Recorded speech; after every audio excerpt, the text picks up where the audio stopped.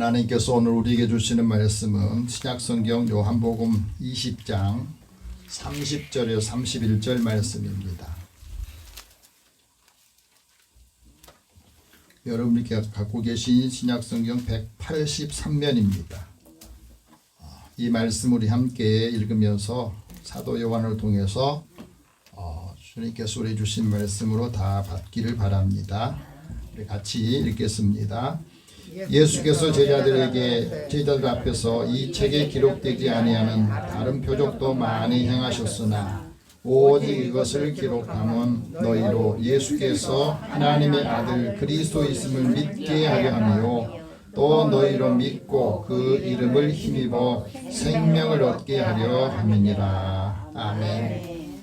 잠깐 기도하겠습니다. 하나님, 오늘도 우리들이 주님 앞에 나와 예배드리면서 이 말씀을 통해서 하나님의 음성을 듣고 또 주님의 음성을 듣기를 원합니다.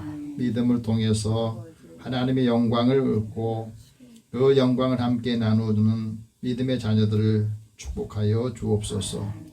주의 음성으로 들리게 하여 주시고 이것을 믿음으로 실행하여서 하나님의 큰 은혜와 역사의 주인공이 되게 하여 주옵소서. 예수님의 이름으로 기도드립니다. 아멘. 우리 옆에 계신 분이 서로 인사 나눕시다. 하나님 당신을 사랑하십니다. 하나님 당신을 사랑하십니다. 하나님 은혜가 함께하기를 원합니다. 하나님 은혜가 함께하기를 원합니다. 봄이 되어서 날씨가 따뜻해지고 또 봄꽃이 활짝 피어 있습니다. 그 봄꽃을 보면서 사람들의 마음도 활짝 피기를 원하시는데 우리의 마음이 닫혀 있고 우리 마음이 열려 있지 않으면 꽃을 봐도 아무런 감각을 느끼지 못해. 그러잖아요. 꽃이 있구나 하고 오지. 꽃이 피우기까지 많은 사람들 함께 나누면서 이제 우리의 마음을 전달할 수 있는 힘이 있어야 된다고 말합니다. 미국의 복음주의 신학 또 교회에 세들백 교회를 개척하고 담임했던 릭 워렌 목사님이 있어요. 이분이 인생의 목적을 찾군 이 과정을 통해서 하나님이 나한테 주신 사명을 깨달으면서 하나하나 그걸 정리한 적이 있습니다. 그래서 목적이 이끄는 삶이라고 아주 유명한 책이죠. 많은 사람들이 이 책을 읽기도 하고 또 자기에게 적용하기도 했습니다. 목적 있는 삶. 이 내용은 어떤 말이냐면 인간은 우연히 존재하는 게 아니라는 거예요. 우연이라고 하는 건 사람들이 많이 이야기하잖아요.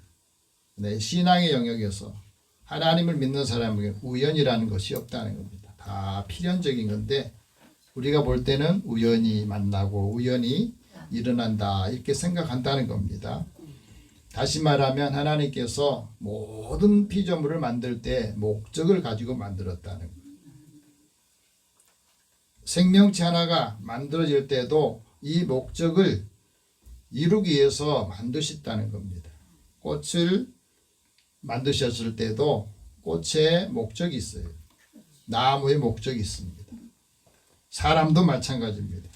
그래서 하나님의 모든 계획적으로 만들어지고 창조하셨기 때문에 우리 인생도 창조하신 목적대로 살아야 된다 하는 것을 말해요. 우리 인간이 존재하는 이유가 뭐냐? 그거는 세상에서 성공하기 위해서 우리를 만드신 게 아니라 하나님께 영광을 돌리고 하나님께 예배하도록 만드셨다는 거예요. 그래서 하나님께서 제일 기뻐하는 사람이 누구냐면 하나님께 예배하는 사람. 그래서 우리가 살아가면서 성공이 기준이 아니라 하나님의 뜻을 따라가고 하나님의 영광을 보고 그 영광을 돌리는 삶을 살기를 원하신 겁니다. 그래서 인간에게 살아가는 데 있어서 5가지 목적이 있는데 그 5가지의 첫 번째 목적이면 예배하는 삶을 살아야 합니다. 예배가 뭡니까? 예배는 하나님을 기쁘시게 하는 겁니다. 우리가 어떤 것을 하나님 기쁘시게 하냐면 하나님께 예배 드리면서 하나님이 제일 기뻐하신다. 그래서 우리의 삶의 목적 중에 제일 중요한 목적이 하나님께 예배 드리고 하나님을 찬양하는 겁니다. 그래서 하나님의 영광을 받게 하고 예배는 단순한 종교적인 행위가 아니라 예배는 삶이 돼야 돼. 우리가 주일날만 예배 드리는 게 아니라 우리의 생활이 예배가 돼야 된다. 하나님이 늘 나와 함께 하시고 하나님의 영광을 받고 영광을 우리 생활 속에서 우리가 누리면서 살아야 돼. 그래야 다른 사람이 그 삶을 보는 겁니다. 그래서 우리의 삶의 중심에 예배가 있어야 된다 말합니다. 그래서 하나님과 관계에서 제일 우선순위를 두는 거예요. 우리도 오늘 지금 하나님께 우선순위를 두기 때문에 다른 일을 다 놔두고 이 시간에 한 시간을 하나님께 나와서 예배드리고 하루에 시간 중에서 11시 예배를 드리는 것은 11시의 시간이 사람들에게 제일 컨디션과 좋은 시간을 하나님께 드린다는 거예요. 그래서 하나님께서는 우리가 살아가면서 삶의 의미를 예배를 통해서 살게 한다는 거예요. 두 번째는 교제하는 거예요. 이 교제는 하나님의 가족이 되는 것을 말합니다. 이 교제를 잘해야 됩니다. 그래서 하나님께서는 교회를 통해서 믿음의 사람들의 공동체를 통해서 서로 사랑하고 돌보고 하나님의 사랑으로 가족이 되기를 원한다. 그런데 가족에 의해서 상처받고 가족에 의해서 힘들어진 경우도 우리 많이 보잖아요. 우리 가정 안에도 보면 이 가족을 통해서 하나님께서는 믿음 안에서 살아가는 삶이 얼마나 기쁘고 즐겁고 복된 삶인가 하는 것을 이 교제를 잘해야 된다는 겁니다. 세 번째는 제자도입니다. 제자도는 그리스도를 닮아가는 삶을 말해요. 신앙은 단순한 믿음을 넘어서 성장하고 성숙해 가는 과정인데 하나님을 깊이 알게 되면 예수님의 성품을 닮아가요. 자, 우리가 신앙생활하면서 예수님의 성품이 나한테는 얼마나 있는가 한번 보세요. 자기 성격을 따라서 사람들 신앙생활도 하더라고요.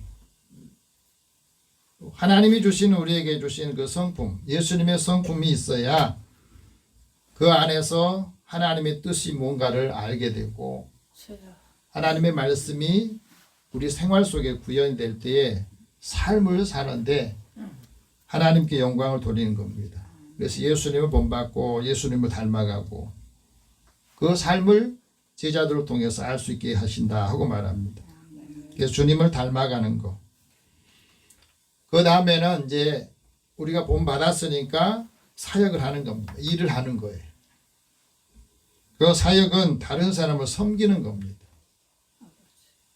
내가 은혜 받은 것을 다른 사람에게 섬겨주는 거예요.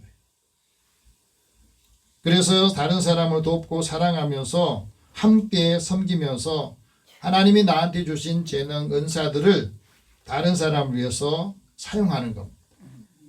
그래야 관계가 이루어지는 거예요. 성공을 위해서 내 재능과 은사, 내가 가지고 있는 것을 사용하는 것이 아니라 하나님의 주시는 그 은혜를 함께 나누는 사람들을 위해서 이것을 사용할 때 더 빛이 나고 아름답게 열매를 맺는 삶을 사는 겁니다. 그래야 하나님 우리에게 주신 달란트가 효용 가치가 더 커지는 거예요. 하나님 안에서 참된 가치를 찾아야 그게 바로 성공하는 삶이라는 겁니다. 세상에 성공했는데 하나님 앞에서는 할 말이 없는 사람은 성공한 게 아니라는 거예요. 다섯 번째는 선교하는 겁니다. 복음을 전하는 거예요. 세상이 이 복음을 통해서 사람들이 살기 때문에 그래요. 그래서 우리의 삶은 단순히 나만을 위한 게 아닙니다. 다시 말해 하나님 나라 천국이 우리 안에 임하고 그 세상도 가정도 천국으로 바꾸고 그 역할을 하라고 우리를 먼저 예수 믿게 하신 거예요. 그래서 전도하고 선교하는 것은 그리스도인이 해야 될 사명입니다. 우리가 인생을 살아가는 목적이 살아있는 이유가 뭐냐? 우리의 삶을 통해서 우리의 삶에 의미를 더해주는 거예요. 그래서 이 의미를 할 때 우리의 삶에 중요한 나침반을 갖고 있는 겁니다. 나침반 인생의 방향을 결정해주고 인도해주는 역할을 하죠. 그래서 우리가 목적 있는 삶을 산다는 것은 삶에 큰 의미와 만족을 주고 또 어려움을 극복할 수 있는 힘을, 동기를 부여해 주는 거예요. 삶의 목적이 없으면 사람이 공허해집니다. 이런 많은 것을 가졌는데 마음이 공허해진 건 왜 그러냐면 목적이 없기 때문에 그래요. 또 우리가 하나님의 일을 하다가 낙심하게 된 건 무엇 때문에 낙심해요? 비난받거나 비판을 받으면 낙심이 돼요. 또 위협을 받으면 좌절합니다. 작은 말에도 상처받고 낙심이 돼요. 어떻게 그 문제를 해결합니까? 하나님의 말씀을 다시 우리에게 말씀 주신 것을 새기면서 기도하고 또 예배를 통해서 마음에 있는 두려움, 걱정들, 또 상처들 이게 치유가 돼야 돼요. 그래야 우리의 삶의 자리에서 하나님이 주신 열정을 다시 회복하며 살 수가 있습니다. 내가 가지고 있는 강점을 활용해서 삶의 목적을 설정해야 성취감을 느끼고 우리의 삶의 자리에서 무엇을 해야 되는가 하는 것을 알게 됩니다. 벤저민 하디라고 하는 분이 퓨처 셀프라는 책에서 이런 말합니다. 가치의 목적이 현재 삶의 의미를 부여한다. 미래의 목적과 그 가치가 연결되지 못하면 몸도 마음도 점점 시들어가게 된다. 우리가 살아가면서 처음에는 열심히 낸다가 중간에 점점 그 열정이 식어진 건 무엇 때문에요? 현재의 가치가 미래로 연결하는데 그 힘이 떨어지기 때문에 그래요. 그래서 현재 사건이 미래 결정과 연결되어 있을 때 의미가 생기는데 목적과 방향성을 잃어버리면 그 방향에서 흔들리게 되는 거예요. 우리의 삶의 의미와 만족을 느낄 때 우리의 삶의 자리에서 살아가는 가치, 삶의 본성이 새롭게 자기의 삶을 이끌어주는 역할을 한다는 거예요. 오늘 말씀 보면 하나님께서 사도 요한을 통해서 우리에게 말씀합니다. 요한복음을 읽으면 요한복음이 우리에게 무엇을 말씀하느냐? 부활의 믿음을 가지라는 거. 한번 따라해서 부활의 믿음을 가지라. 부활의 믿음을 가지라. 그리스도의 이름을 힘입어 생명을 얻으라. 그리스도의 이름을 힘입어 생명을 얻어라. 부활의 믿음이 왜 우리에게 필요하고 또 그리스도의 이름을 힘입어서 생명을 왜 얻으라고 말씀하는가 하는 거예요. 오늘 이 말씀은 참 두 절인데 요한복음을 마지막 정리하면서 이 요한복음을 다시 앞으로 쭉 나아가는 겁니다. 마치 이런 것 같아요. 여러분 타이타닉이라는 영화 보셨습니까? 네. 그 영화 보시면 나이가 아주 백발의 노인이 나와가지고 과거를 회상을 해요. 그러면서 영화가 처음으로 이제 그 시작을 하거든요. 그걸 한번 연상을 해보세요. 마찬가지입니다. 사도 요한이 이 요한복음을 마지막 정리하면서 우리에게 이 요한복음을 통해서 무엇을 말씀하고 있는가 그것을 우리에게 가르쳐 주는데 사실은 요한은 갈릴리 호수에서 고기를 잡는 뱃사람이었어요. 성격도 굉장히 천둥처럼 그런 아주 활발한 성격을 가졌다고요. 그런데 예수님을 만나고 난 다음에 변했어요. 사랑의 사도로. 급하고 무슨 말 들으면 아주 천둥 번개처럼 우레처럼 그냥 사람들에게 대했던 그것이 예수님을 만나고 난 다음에 사랑의 사도로 변했던 겁니다. 그는 시몬과 안드레 또 요한과 야고보 예수님의 부름을 받고 그 부르심에 응답하기 위해서 그가 일하는 도구인 배와 어부의 직업도 버렸습니다. 그리고 3년 동안 제자 훈련을 받았습니다. 사도 요한이 예수님께서 행했던 3년 동안의 그 사역을 같이 보면서 그가 공생의 사역 그것을 이제 책으로 기록하게 됐는데 오늘 30절 말씀을 무엇을 기록했는가 하는 것을 말해주고 있어요. 같이 한번 다시 읽어봅시다. 예수께서 제자들 앞에서 이 책에 기록되지 아니한 다른 표적도 많이 행하셨다. 다시 말하면 내가 이 요한복음의 책에다가 예수님이 행하신 것들을 다 기록하려는데 너무 작다는 거예요. 많은 표적들, 많은 행한 것도 있었지만 그 중에서 필요한 것만, 요한이 볼 때 가장 필요하다고 여긴 것만 기록하고 나머지는 기록하지 못했다는 거잖아요. 이런 기록이라는 게 굉장히 중요합니다. 우리 삶에 있어서. 여러분, 기록이 쌓여야 역사가 되거든. 기록이 세상을 바꾸는 힘이고 자신의 경험한 삶을 기록한다는 게 굉장히 중요합니다. 그래서 일기를 쓴다든지 자기의 삶에 있어서 그 기록하는 게 굉장히 중요합니다. 장영희 씨는 이런 말합니다. 글쓰기 기록의 중요성을 말하면서 자신의 목표를 글로 쓰면 반드시 이루어진다는 거예요.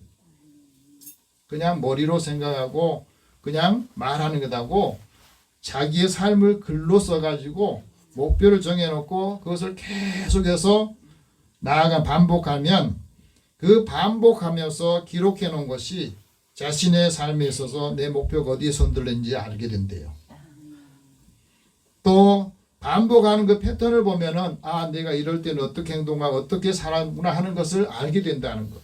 그리고 기록이 그만큼 중요하다는 거예요. 우리의 삶의 자리에서 기록하는 습관은 단순히 메모가 아니라 삶을 변화시키는 도구다. 꾸준히 기록하는 것을 실천하면은 우리의 사고방식을 정리하게 되고 자신의 목표를 달성하는데 더 나은 삶을 설계할 수 있다는 것.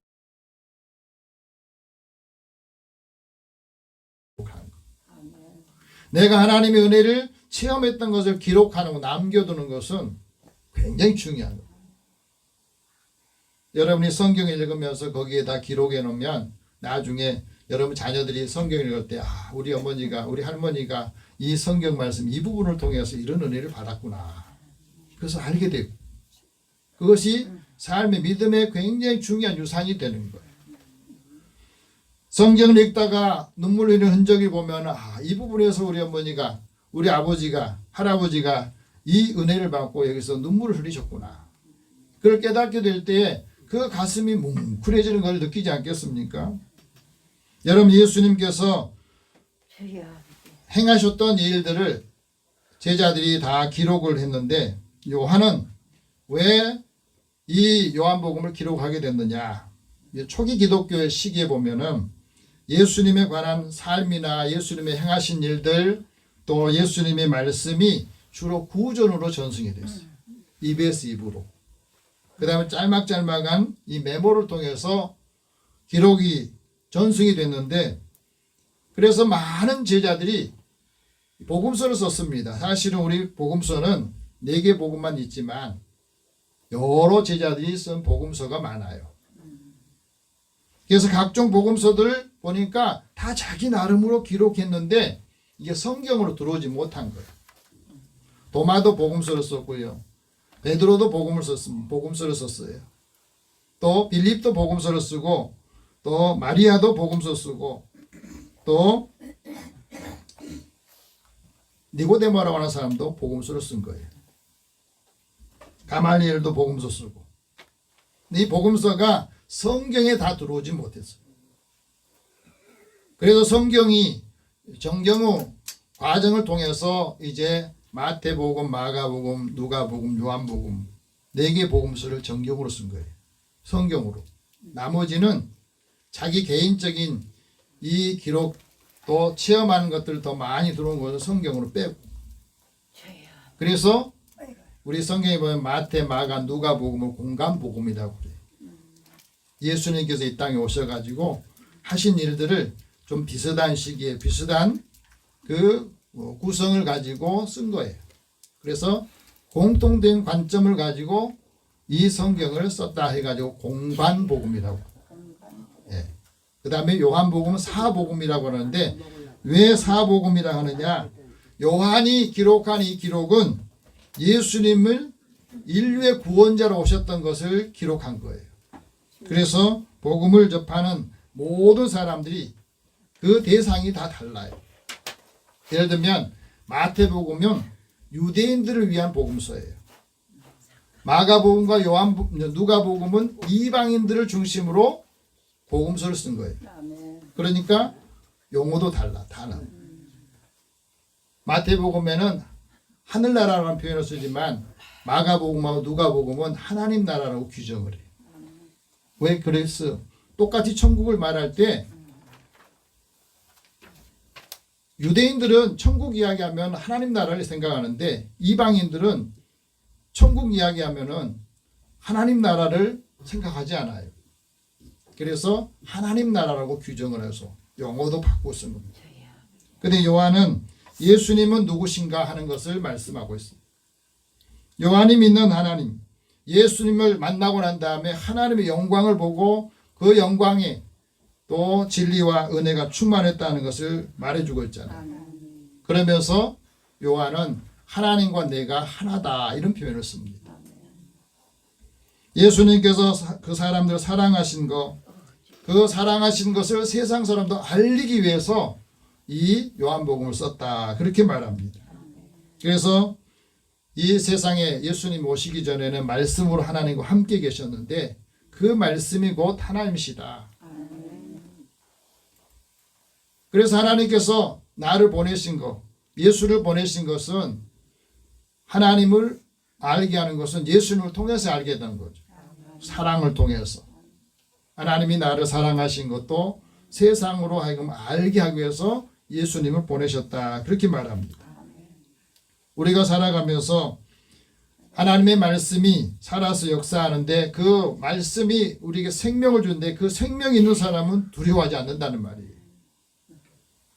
이 생명이 사람들의 빛으로 다가왔는데 사람들이 빛을 보면서 그 빛의 참 빛을 찾지를 못했던 겁니다. 받아들이지 않았던 거예요. 그래서 세상이 예수를 알지 못해요. 지금도 마찬가지. 그렇지만 예수님을 믿는 사람들은 하나님의 자녀가 되는 권세를 주셨다. 권위를 주셨다는 거예요. 그래서 우리는 예수를 믿고 다 하나님의 자녀의 권세를 갖고 살아요. 하나님의 자녀의 권세, 능력이 있다는 거예요. 그래서 우리가 하나님의 영광을 보고 그 영광을 본 사람이 은혜와 진리가 충만한 삶을 살게 하신다 하고 말합니다. 그래서 우리가 은혜를 받아야 그 은혜가 임하는 것을 우리에게 말씀하고 있어요. 예수님이 세상에 오신 것은 하나님께서 세상에 예수님 보내신 목적은 세상을 심판하려고 한 게 아니라 예수님 믿고 영생을 얻게 하려고 예수님이 보내셨다고 하는 거예요. 근데 우리도 예수 믿으면서도 두려운 마음들 또 죄에 대한 죄책감이 있을 때 마음이 두려운 것은 뭐냐면 이 말씀을 제대로 이해하지 못하기 때문에 그래요. 예수님 믿지 않는 사람은 벌써 심판을 받지만 우리가 예수를 믿고 진리를 따르는 사람은 하나님의 빛으로 오기 때문에 그 행위가 하나님 안에서 드러나게 된 겁니다. 그리고 그 안에 하나님의 은혜가 임하고 예수님 믿는 사람에게 영생이 있다는 것을 가르쳐 줍니다. 그러면서 사도 요한은 이제 20장에서 마지막 마무리하면서 예수님의 부활 사건을 다루고 있어요.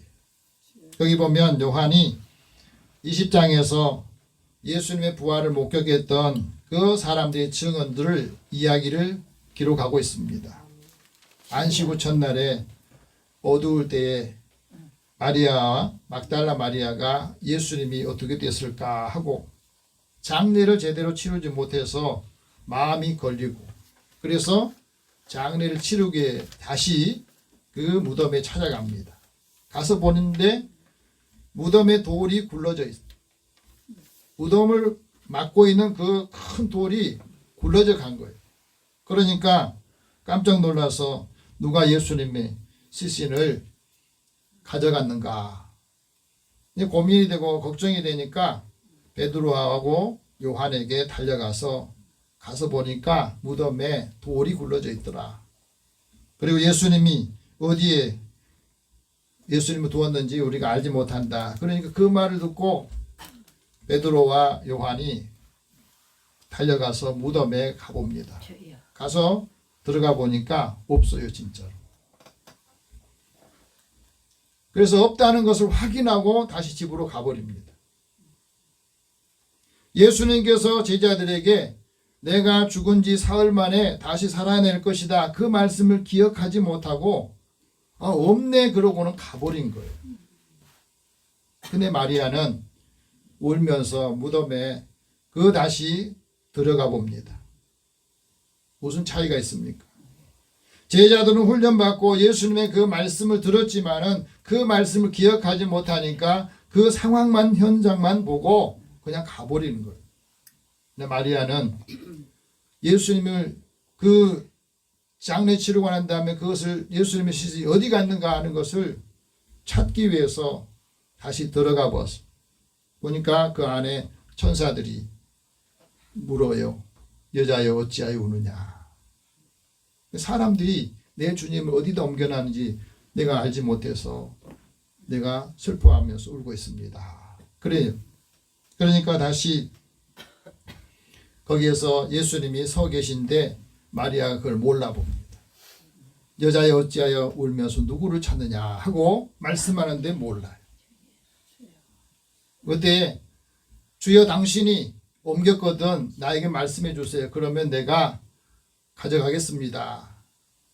그때에 예수님이 부활하셔서 마리아야 하고 불어요. 마리아야. 그 음성을 기억하고 다시 라보니라고 선생님하고 부릅니다. 그때 예수님께서 말씀합니다. 나를 붙들지 마라. 아직 내가 아버지께로 올라가지 않았다. 이제 내 형제들한테 가서 이렇게 말해라. 내가 내 아버지고 너희 아버지, 내 하나님고 너희 하나님께 올라간다고 해라.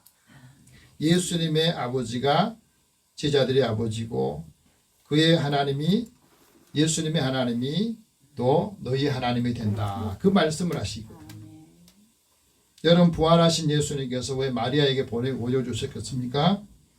마리아는 간절한 마음으로 예수님을 찾았습니다. 하나님을 사랑하는 사람, 예수님을 사랑하는 사람이 간절한 마음으로 찾을 때 그 만나 주셨다는 거예요. 오늘 우리도 마찬가지입니다. 똑같이 하나님께 나와서 예배 드리는데 이 예배를 통해서, 말씀을 통해서 하나님을 만난 사람들은 거기서 위로를 받고 힘을 얻고 자신이 주는 사명을 갖게 되는데, 여기서 예수님을 만나지 못하면, 하나님 만나지 못하면 우리는 1시간 예배 드리고 말씀 듣고만 가는 것으로, 주님을 찾는 사람이 찬양하게 되고 그 마음이 영원히 살게 되는 것. 그래서 하나님의 은혜를 사모하고 찾는 사람에게 하나님께서 좋은 것으로 만족함이 없도록, 부족함이 없도록 채워주신다는 걸 우리에게 말씀하고 있습니다. 하나님을 찾는 사람이 모든 것을 깨닫게 되고, 하나님을 찾지 않는 사람들은 자신의 인생을 살아가는 데 집중하게 돼 있어요.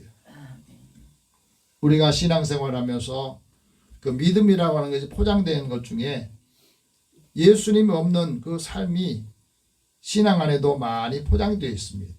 그것이 때로는 미신으로, 때로는 우상숭배로 우리의 믿음을 포장하고 있어요. 그러니까 무감각해지는 거예요. 그렇게 되면 그 안에는 성경이 없습니다. 하나님 말씀이 없는 거예요. 그래서 자꾸 미신적인 행동을 하게 되고, 하나님의 주권에 대해서 그 말씀을 기억하고 그 말씀에 대한 시대적인 해석을 못하기 때문에 우리의 삶이 늘 흔들린다는 거예요. 여러분, 사도 요한이 요한복음을 기록한 목적을 이렇게 말합니다. 예수께서 하나님의 아들이신 것을 믿게 하려고, 하나님께서 그 생명이 예수 안에 있다는 것을 우리에게 가르쳐주고 믿게 하기 위해서 말씀하신 것. 31절 같이 봅시다. 오직 이것을 기록함은 너희로 예수께서 하나님의 아들 그리스도이심을 믿게 하려 함이요 또 너희로 믿고 그 이름을 힘입어 생명을 얻게 하려 함이라. 이것을, 요한복음을 기록한 목적이 뭐냐면 이 말씀을 듣고 이 말씀 믿고 예수님이 나의 그리스도가 된다는 것을 믿어야 된다는 거예요. 예수님 믿고 그 이름을 통해서 생명을 얻게 하려고 이 말씀을 기록했다는 겁니다. 여러분, 이 말씀이 왜 중요합니까?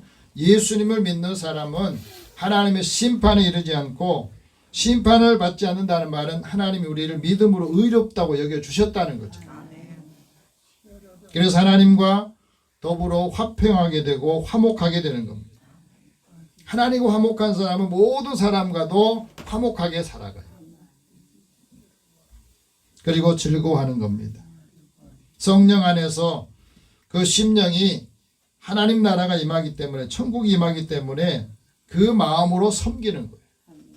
여러분, 그리스도를 섬기는 것은 우리의 삶에 하나님께서 무엇을 기뻐하시는가, 하나님의 기쁨이 되기도 하고 사람들에게 칭찬받는 믿음의 삶을 살게 되는 거예요. 한번 생각을 해보세요. 내가 다른 사람이 비춘 내 모습, 정말 내가 하나님을 사랑하고 하나님이 나를 기뻐하시는데 그 기쁨이 있으면 다른 사람에게도 이 기쁨을 전하고 다른 사람에게도 위로하고 소망을 주기 때문에 다른 사람도 칭찬하게 돼 있어요. 그리스도 안에서 십자가의 피로 화평을 이루기 때문에 하늘에 있는 것, 땅에 있는 것이나 모든 피조물로 인해서 화목하기 위해서 하나님께서 우리에게 은혜를 주셨다는 것을 깨닫게 돼요. 그래서 시편 기자는 말합니다. 생명을 사랑하고 좋은 날 보기를 원하는 사람은 선을 행하고 화평을 구해라. 악한 말을 그치고 그 입술에 거짓을 하지 말고 악에서 떠나 선을 행하고 화평을 구해라. 그것을 따라가라 말씀합니다. 그래야 그 사람을 통해서 하나님의 은혜라는 것, 사랑이라는 것을 알게 된다 하고 말합니다. 예수님께서 하나님의 아들이신 것을 우리가 믿을 때에 그 예수님을 통해서 생명을 얻는다고 말씀하잖아요. 하나님의 아들이 우리 삶의 중심이 될 때에 우리가 새로운 가족을 이루게 되고 그 사랑을 이루면서 공동체를 이루게, 그게 교회 공동체예요. 지금 교회 공동체는 우리 사람의 육신의 그 피로 만드는 가족 공동체보다 더 강합니다. 세상의 사랑에 하나님의 사랑으로 영광의 빛을 비춰주는 그 삶을 통해서 예수님께 이 땅에 온 것은 모든 사람의 생명을 얻게 하고 또 풍성하게 살게 하기 위해서 이 땅에 오셨다고 말씀합니다. 그래서 우리에게 하나님의 영원한 생명을 주시고 그 은혜를 함께 나누면서 우리에게 하나님의 영광, 주의 영광을 모아 그 덕을 통해서 많은 사람들에게도 이 영광을 함께 나누기를 원하셔. 그래서 먼저 우리를 부르신 거예요. 이 약속을 통해서 우리가 세상의 정욕을 피하고 또 썩어질 것들을 다 피하면서 하나님의 거룩한 성품, 그것을 갖게 하기 위해서 우리를 먼저 부르신 거예요. 이것을 가져야 우리가 이 땅에 살면서 우리의 삶이 헛되지 않는다 하고 말합니다. 이제까지 우리가 다 살았는데 마무리할 때 그 삶이 헛된 삶으로 치면은 그거는 인생이 다 날아가는 거잖아요. 우리가 이 말씀을 밝혀서 다름질이 헛되지 않기 위해서 또 그리스도의 날에 자랑할 것이 있기 위해서 오늘의 은혜를 주시고 하나님 말씀을 통해서 힘을 얻고 나아가기를 원하신 겁니다. 이제 우리에게 주신 이 부활의 믿음과 예수님을 통해서 생명을 얻은 삶이 주님의 앞에 섰을 때에 자랑할 것이 있는 믿음의 삶을 살기를 축복합니다. 기도하겠습니다. 살아계신 하나님, 하나님께서 사랑하는 자를 부르셔서 이 말씀을 듣고 주님의 음성을 듣기를 원합니다. 오늘도 나를 부르신 거, 나를 하나님께 예배하도록 우리의 걸음을 인도하신 것은 나에게 은혜를 주시고 그 은혜가 충만해서 은혜를 알지 못, 은혜 받지 못한 사람들에게 은혜를 전할 수 있는 힘을 주시고 지혜로움과 능력을 더하여 주옵소서. 오늘도 주의 말씀을 듣고 이 말씀을 통해서 힘을 얻는 사람들은 마음이 밝아지고 얼굴도 환하게 밝아져서 많은 사람들도 하나님의 은혜가 뭔가 하는 것을 알 수 있도록 인도해 주옵소서. 한 주간도 주님이 함께 해주시기 원하옵고 예수님의 이름으로 기도드립니다. 아멘.